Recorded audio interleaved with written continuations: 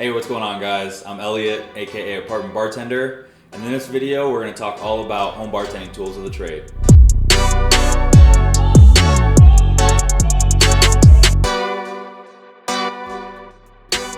As with any craft, there are tools of the trade that you use that make your life a lot easier, and the same applies to home bartending. So we're going to run through the most common tools that you're going to need. Can you use regular household kitchen items? Yes. But if you do want to elevate that drink experience for yourself at home, then it's really important that you invest in a good home bartending set. So here are the most common tools that you're going to need. So first up, and probably the most important of the tools, is a cocktail shaker. Now, there are a lot of different types of cocktail shakers out there. I prefer to use shaker tins, one, because I think they're more sturdy, and two, it just allows you to build cocktails with a lot more ease than, say, some of the cocktail shakers that you might find, that have that little strainer on top. Those tend to get stuck. They're kind of flimsy sometimes, depending on where you buy it. But again, I think cocktail shaker tins are going to be your best bet in terms of tools to have on hand. So get you a good cocktail shaker. Next up, you have a jigger. Now, a jigger is used for measuring liquid ingredients. And when you go and pick up one up, you're gonna find a lot of different types. My personal favorites are the ones that measure 2 ounces on one side, 1 ounce on the other, with little markings and increments internally that show you different measurements. So on the 1 ounce side, it says a 1/4 ounce, 1/2 ounce, 3/4 of an ounce, and then to the top 1 ounce. And then on this side, it measures to 1.5 ounces, and then to the top 2 ounces. Now, when you're building recipes, what a jigger allows you to do is just, again, stay consistent with the measurements, because cocktails, especially if they're only 3 to 4 ingredients, every little bit of consistency matters in terms of maintaining the flavor profile of that drink and the consistency in that cocktail. So a jigger helps with that tremendously. So again, I recommend getting one that's 2 ounce on one side, 1 ounce on the other, and going from there. Next up, we have a bar spoon. Now, a bar spoon is used for stirring cocktails.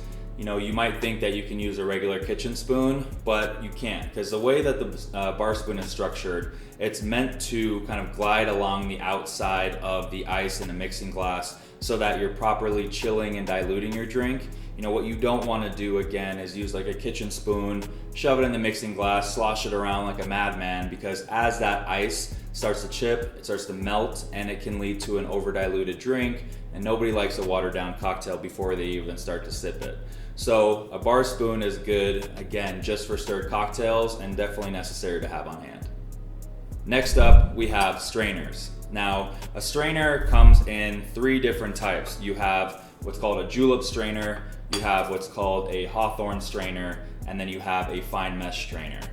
Now, starting with probably the most important of them, Hawthorn strainer.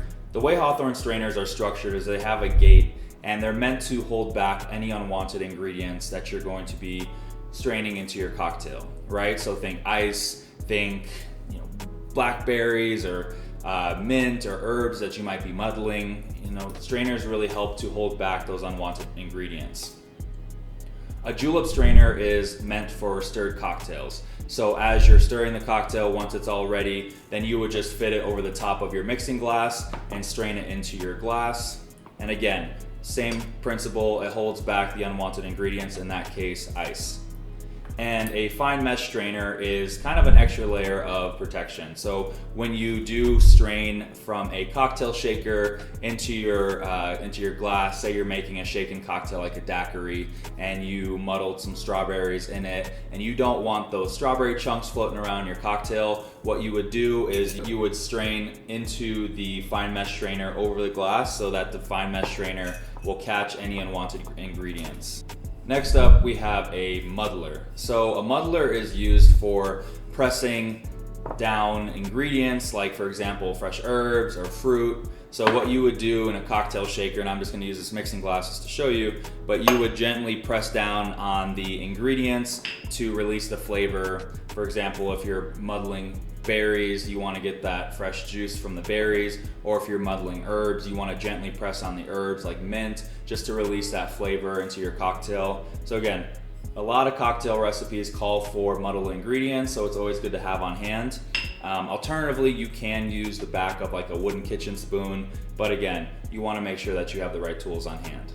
So last item is a citrus juicer. Now, Is it absolutely necessary? Probably not. Can you use your hands? Probably, but again, it's about efficiency and making your life a lot easier. So it's always good to have these on hand because most cocktails call for some type of citrus, lemons, limes, oranges, grapefruits. So this again makes your life a lot easier when you're trying to get that citrus. So these are the basic home bartending tools of the trade.